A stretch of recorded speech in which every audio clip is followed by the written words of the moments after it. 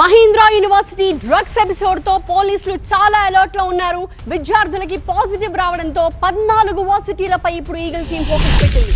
Mahindra university drugs కేసులో ఇప్పటి వరకు 4గురిని అరెస్ట్ చేశారు.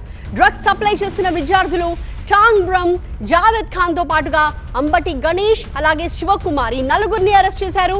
ఈ 4గురు ఒక గ్యాంగ్ గా ఏర్పడి యూనివర్సిటీ విద్యార్థులకి డ్రగ్స్ సప్లై చేస్తున్నట్టుగా గుర్తించారు. అయితే మరో 2 నిందితులు భాస్కర్ అలాగే దినేష్ పరారీలో ఉన్నారు. వారి కోసం గాలింపు కొనసాగుతోంది. అయితే భాస్కర్, దినేష్ ఢిల్లీలో ఉండే నైజీరియన్ నిక్ నుంచి కొరియర్ ద్వారా MDMA సింథటిక్ డ్రగ్స్ తెప్పిస్తున్నట్టుగా ఈగల్ టీం గుర్తించింది. మల్నాడు కేసులో కూడా నిక్ నుంచే డ్రగ్స్ సరఫరా జరిగింది.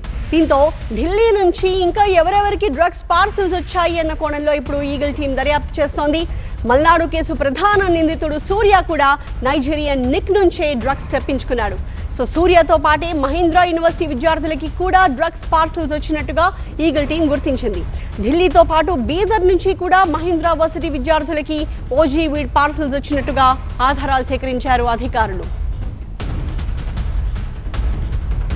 ఈ కేసుకి సంబంధించిన లేటెస్ట్ అప్డేట్స్ తో మా ప్రతినిధి జ్యోతి లైవ్ లో కనిపిస్తున్నారు. జ్యోతి, ఢిల్లీ నుంచే మొత్తం నెట్వర్క్ ఆపరేట్ అవుతోంది అని అర్థమవుతోంది. ప్రస్తుతం ఇక్కడ వాళ్ళకి కొరియర్లుగా మారిన 2 పరారీలో ఉన్నారు. వాళ్ళ కోసం ఎక్కడెక్కడ గాలిస్తూ ఉన్నారు?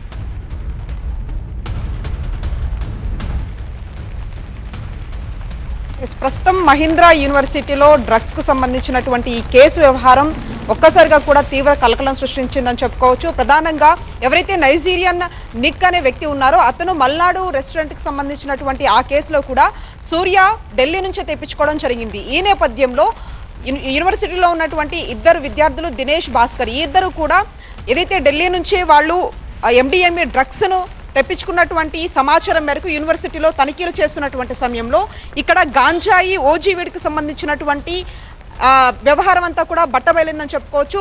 ప్రధానంగా యూనివర్సిటీకి చెందినటువంటి 2 స్టూడెంట్స్తో పాటు మరో 2 వ్యక్తుల్ని బయట నుంచి ఉన్నటువంటి వ్యక్తుల్ని అరెస్ట్ చేయడం జరిగింది. మొత్తం 4గురిని అరెస్ట్ చేశారు. అయితే ప్రస్తుతం మనం బాచుపల్లి మహీంద్రా యూనివర్సిటీ దగ్గర ఉన్నాము. సహజంగా యూనివర్సిటీ లోపలికి ఎవరైనా వెళ్ళాలి అన్నా కూడా ఖచ్చితంగా ID కార్డ్స్ ఇవన్నీ కూడా చెక్ చేస్తూ ఉంటారు. అంతేకాకుండా ఇతర వ్యక్తులు ఎవరు కూడా బయటికి వెళ్ళడానికి వీల్లేదు. అలాంటిది ఈ గాంజాయికి సంబంధించి ఏ విధంగా లోపలికి వెళ్ళింది అనేది ఇప్పుడు పెద్ద ఒక క్వశ్చన్ మార్క్గా మారిందని చెప్పుకోవచ్చు. ఇప్పటికే కిలోకి పైగా గాంజాయి 47 గ్రాముల ఓజీ కుష్ని కూడా అంటే డ్రగ్ని స్వాధీనం చేసుకోవడం జరిగింది.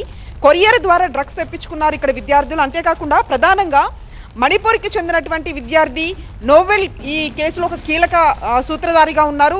నోవెల్తో పాటు మరొక విద్యార్థి ఎవరైతే అషర్ జావిద్ అనే ఒక వ్యక్తి ఈ 2 కూడా అరెస్ట్ అవ్వడం జరిగింది. వీరిద్దరే ఢిల్లీ నుంచి ఒకవైపు ఓజీ డ్రగ్స్తో పాటు బీదర్ నుంచి నార్మల్గా ఉన్నటువంటి గాంజాని ఇక్కడికి తీసుకొచ్చి ఆ రెండింటిని మిక్స్ చేసి సిగరెట్లో దాదాపు 2,500 రూపాయలకి ఇక్కడ ఉన్నటువంటి విద్యార్థులకు విక్రయిస్తున్నట్లుగా గుర్తించారు. ఈ నేపథ్యంలో ఇక్కడే దాదాపు ఒక 50కి మంది పైగా కూడా విద్యార్థులు డ్రగ్స్ తీసుకున్నట్లుగా గుర్తించారంటే యూనివర్సిటీలో ఉన్నటువంటి ఈ పరిస్థితి ఏంటో మనం ఒకసారి అర్థం చేసుకోవచ్చు.